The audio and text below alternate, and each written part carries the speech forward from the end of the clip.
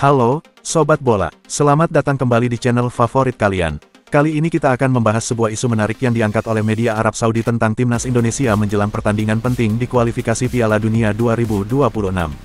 Ternyata, media asal Arab Saudi, Riyadiyah, menyoroti kenyataan bahwa keberadaan banyak pemain timnas yang bermain di Eropa justru dianggap sebagai sebuah kelemahan besar.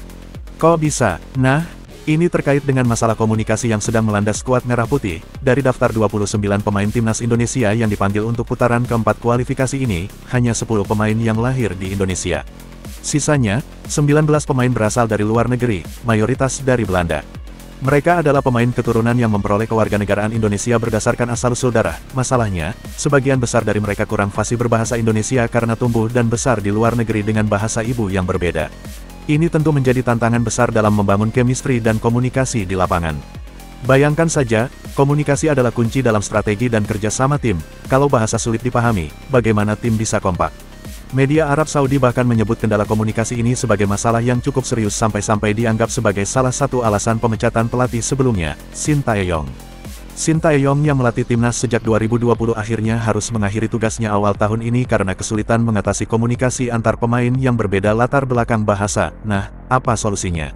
Pelatih baru, Patrick Kluivert, dipercaya bisa menjadi kunci pemecah masalah ini.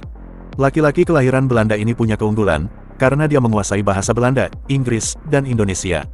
Hal ini membuatnya lebih mudah menjembatani komunikasi dengan mayoritas pemain keturunan yang berasal dari Belanda. Selain itu, ada sosok penting lainnya, yaitu Mark Klok. Pemain ini sudah lama berkecimpung di sepak bola Indonesia, tepatnya sejak 2017 bersama PSM Makassar, sehingga fasih berbahasa Indonesia. Dia pun berperan sebagai penerjemah sekaligus mentor bahasa bagi pemain baru, membantu mereka belajar bahasa Indonesia agar komunikasi di lapangan bisa lancar. Sobat Bola, ini menjadi cerita menarik di balik persiapan timnas Indonesia sebelum menghadapi lawan berat seperti Arab Saudi dan Irak di kualifikasi Piala Dunia.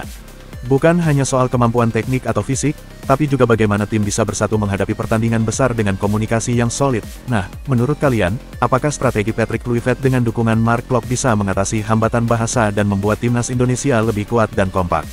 Tuliskan pendapat kalian di kolom komentar ya. Jangan lupa like video ini, bagikan ke teman-teman pecinta sepak bola, dan tentu saja subscribe untuk terus dapat update menarik seputar timnas Indonesia dan dunia sepak bola internasional. Terima kasih sudah menonton, sampai jumpa di video berikutnya.